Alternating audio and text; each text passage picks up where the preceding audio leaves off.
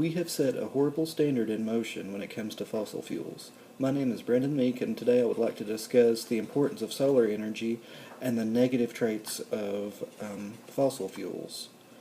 In the book Energy for a Sustainable World, From the Oil Age to a Sun-Powered Future by Vincenzo Bolzani and Nicola Armoroli, 2011, they say fossil fuels have offered outstanding opportunities during the 20th century in the rich countries of the Western world, but now mankind has to face the challenges arising from fossil fuel overexploitation. This means we have overused what we have already got, and it is causing us to have much less resources and causing a significant increase in greenhouse gases.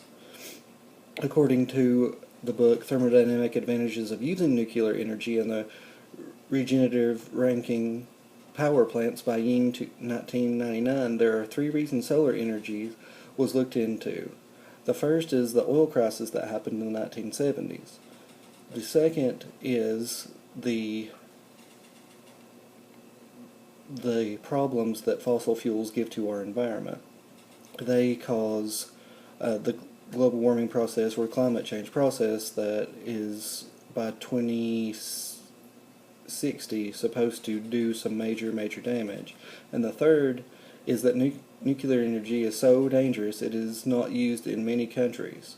So most countries won't even use that kind of power plant. So solar energy is the most effective source of energy.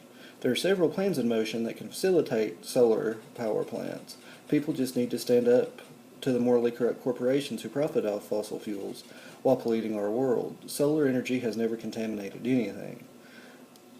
The Gulf spills and all of the problems in the Gulf weren't caused by solar energy, they were all fossil fuels.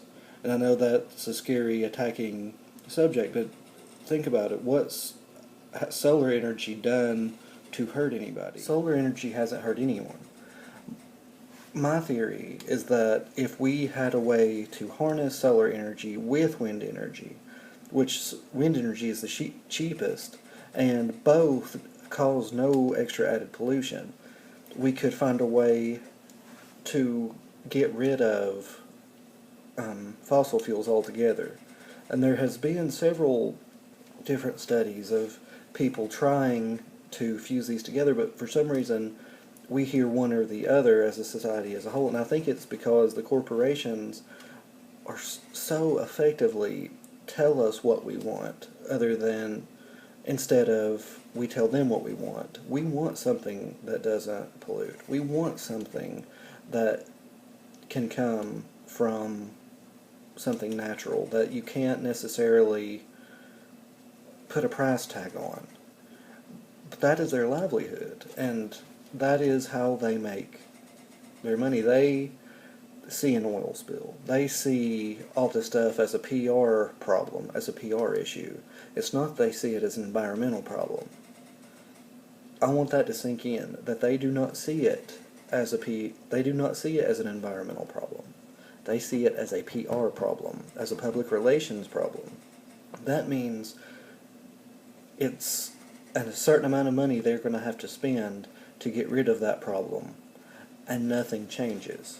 There might be a few extra regulations, but in my lifetime alone, I remember counting at least 4 severe oil spills, and I'm 28 years old. If an oil spill happened every 4 to 10 years and killed that much wildlife that can't come back, that is endangered or now on the threat of endangered, how can it not go on the record of how can someone not go on the record of saying, hey, we need to do something about this? And yes, several people are. I mean, there's the whole green movement, there's the whole energy movement, but is it effective yet? Are we still solely using fossil fuels in our homes? Are we using all of these things to power our cars? Yes. We've not found a way to implement the solar energy in an effective way, unless it already has been discovered and we just don't know about it. I challenge anyone who wants to make a difference to go out there and look.